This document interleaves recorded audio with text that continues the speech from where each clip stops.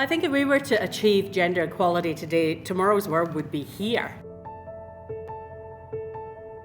It's so exciting to think about a reality where gender equality is obtained globally. Yeah, looking at better, healthier, stronger communities and societies. It would be so liberating to just not have to even use the word gender inequality anymore, because if it's gone tomorrow, we don't even talk about it anymore. Things are just as they should be. It's a future where women who are holding positions of leadership and power and influence in ways that positively impact our communities is welcome and considered essential. Showing other young women what is possible and advocating for them to rise and be elevated. It would also increase innovation, I believe, through improved diversity, resulting in a better quality of life for everyone. So I see it really as a win-win with no losers. More women in the workforce, more ability for women to have children and know that their job is safe, that their income is safe. More ability for women to switch careers. And if you go to the United Nations now and look at some of the statistics that they've put up, 80% of people who are displaced by climate change or climate disaster are women and girls. 1.3 billion people were still living in poverty, and 70% of them were women. Women who earn less than their male counterparts in every single industry sector in Australia at the moment.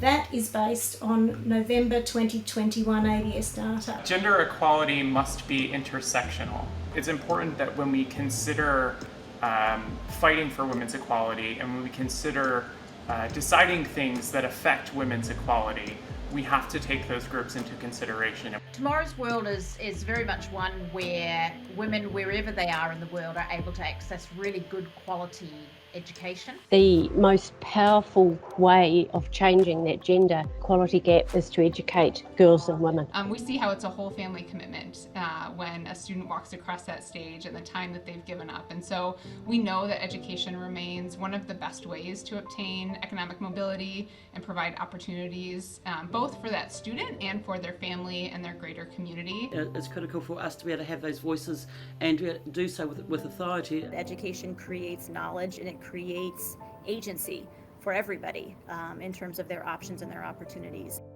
I embrace the perspectives and nuances that females bring to the table.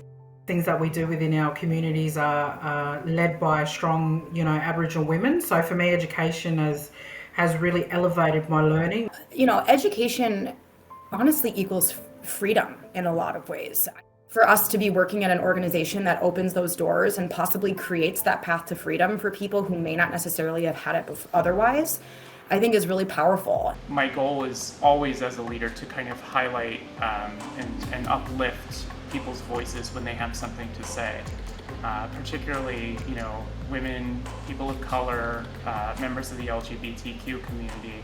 All of that works toward achieving a greater equality, not just gender equality, but across the board. That empowerment and authority and being active and participating in these conversations that helps to drive change that are best for our communities, our families and society all around. I'm chair of the board for the Institute of Integrated Infrastructure. We devote ourselves to 5 areas, all under the UN SDG of Sustainable Development. Become a B Corp, because that's looking at an inclusive approach.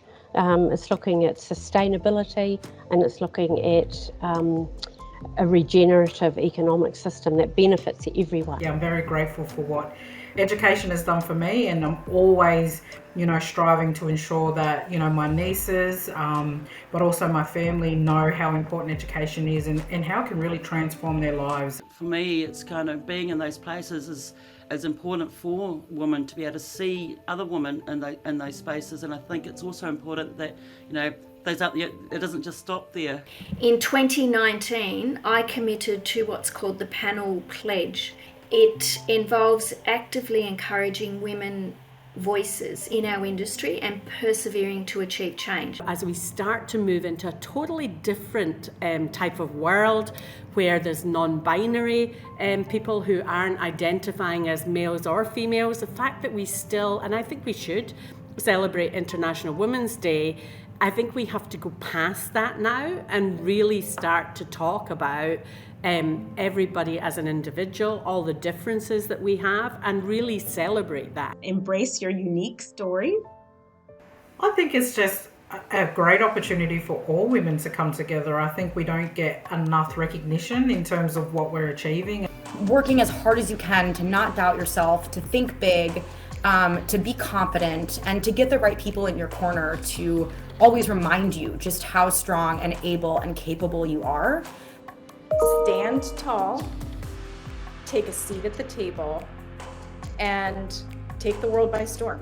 Ask for more. Ask for more pay, ask for more responsibility, ask for more safety, more space. It's the importance of role models.